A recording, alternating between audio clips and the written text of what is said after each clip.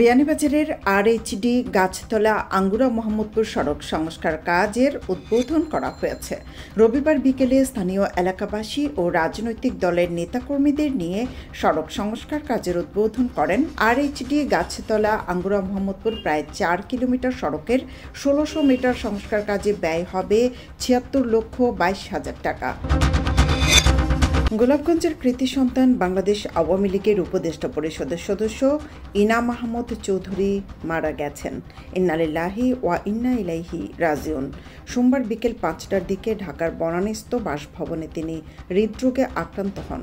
তাকে হাসপাতালে নেওয়া হলে কর্তব্যরত চিকিৎসক মৃত ঘোষণা করেন।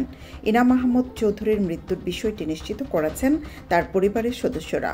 মৃত্যুকালে তার বয়স হয়েছিল ৮৭ বছর। সিলেট জেলা বিএনপির সহসভাপতি একেএম তারেক কালাম আর নেই। সোমবার ঢাকার একটি বেসরকারি হাসপাতালে চিকিৎসাধীন অবস্থায় তিনি মারা যান। মৃত্যুকালে তার বয়স হয়েছিল আনুমানিক ৬০ বছর। সিলেটে শেষ হয়েছে ভোটার তালিকা হালনাগাদ কার্যক্রমে বাড়ি বাড়ি গিয়ে ভোটারযোগ্য নাগরিকদের তথ্য সংগ্রহ।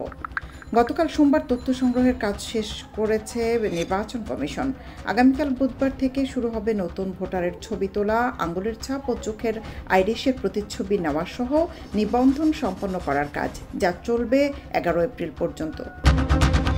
জুড়িতে অভিযান চালিয়ে চুরি হওয়া ৩টি মোটরসাইকেল উদ্ধার করেছে পুলিশ। এ সময় মোটরসাইকেল চোর চক্রের সদস্য সন্দেহে ৪ জনকে গ্রেপ্তার করা হয়েছে। রবিবার উপজেলার বিভিন্ন স্থানে অভিযান চালিয়ে তাদের গ্রেপ্তার করা হয়। সোমবার গ্রেপ্তারকৃতদের আদালতের মাধ্যমে জেল হাজতে প্রেরণ করা হয়।